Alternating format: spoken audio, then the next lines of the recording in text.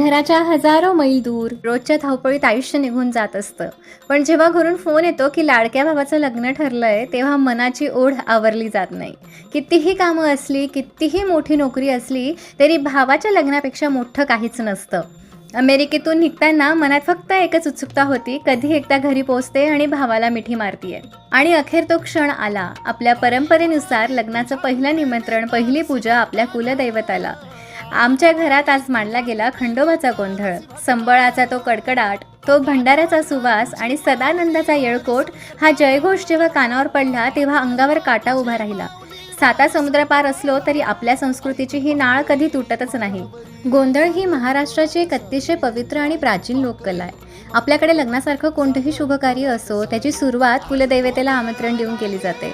आपल्या घरात सुख समृद्धी नांदावी आणि नवीन जोडप्याला देवाचा आशीर्वाद मिळावा म्हणून खंडोबाचा किंवा भवानी मातेचा गोंधळ मांडला जातो. दिवटीचा तो पवित्र प्रकाश, संबळाचा कडकडाट, भंडाऱ्याची उधळण आणि उदो उदोचा गजर. हे फक्त गाणं नाही किंवा विधी नाही, तर आपल्या संस्कृतीची नाळ जोडणारा एक जिवंत सोहळा आहे.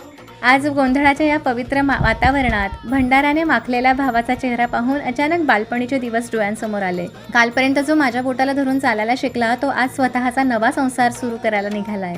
लग्नाची सगळी लगबग एकीकडे आणि भावाला मोठ्या जबाबदारीसाठी तयार होताना पाहणं एकीकडे. खरंच बहिणीचं मन खूप विचित्र असतं. 2 दिवसांनी लग्न संपेल, मी पुन्हा साता समुद्रापार माझ्या जगात अमेरिकेला निघून जाईल. पण माझं मन, माझे विचार आणि माझ्या सुखाची प्रत्येक प्रार्थना याच घरात माझ्या भावापाशी सोडून जाईन. देवाकडे मागताना स्वतःसाठी काहीच नाही मागितलं, फक्त माझ्या भावाच्या आयुष्यातली सुख कधीच कमी होऊ देऊ नकोस हीच प्रार्थना केली. तो कुठेही असला तरी त्याची ताई नेहमी त्याच्या पाठीशी खंबीरपणे उभी राहील.